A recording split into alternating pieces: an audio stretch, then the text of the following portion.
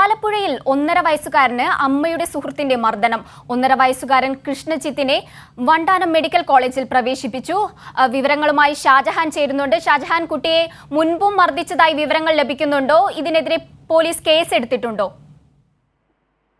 ഇതുമായി ബന്ധപ്പെട്ട് പോലീസ് ഇപ്പോൾ അമ്മയ്ക്കും അതോടൊപ്പം തന്നെ അമ്മയുടെ സുഹൃത്തിനുമെതിരെ കേസെടുത്തിട്ടുണ്ട്. രണ്ടുപേർക്കുമെതിരെ ജാമ്യമില്ലാ വകുപ്പ് പ്രകാരമാണ് പോലീസ് കേസെടുത്തിരിക്കുന്നത്. കഴിഞ്ഞ ദിവസമാണ് ഈ കുട്ടിയെ അമ്മയുടെ ഒപ്പമായിരുന്നു. എന്നാൽ അമ്മയോടും അച്ഛനോടും അകന്നു നിൽക്കുന്ന ഇരുവരെയും ഈ കുട്ടിയെ കഴിഞ്ഞ ദിവസം അച്ഛൻ്റെ അടുത്ത് കൊണ്ടാക്കുകയായിരുന്നു. നേരത്തെ ഈ അമ്മയും അതോടൊപ്പം തന്നെ അമ്മയുടെ സുഹൃത്തും തമ്മിൽ മാറി താമസിക്കുകയായിരുന്നു. അച്ഛൻ തുറവൂർ സ്വദേശിയാണ്. ഈ തുറവൂർ സ്വദേശിയായ അച്ഛൻ്റെ അടുത്താണ് ഈ കുട്ടിയെ കഴിഞ്ഞ ദിവസം ഈ അമ്മയുടെ സുഹൃത്ത് കൊണ്ടാക്കിയത്. അതിനുശേഷമാണ് ഈ കുട്ടിയുടെ ശരീരത്തിൽ മുറിവുകളും പാടുകളും കണ്ടത്.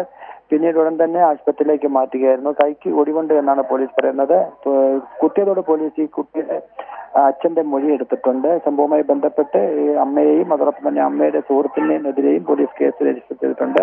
രണ്ടുപേരെയും ജാമ്യമില്ലാ വകുപ്പ് പ്രകാരമാണ് കേസെടുത്തിരിക്കുന്നത്. അമ്മയെ കസ്റ്റഡിയിലെടുത്തു എന്നുള്ള വാർത്തകളും ഇപ്പോൾ പുറത്തു വരുന്നുണ്ട്. ഷാജഹാൻ, കുട്ടിയുടെ ആരോഗ്യനില എങ്ങനെയാണ്?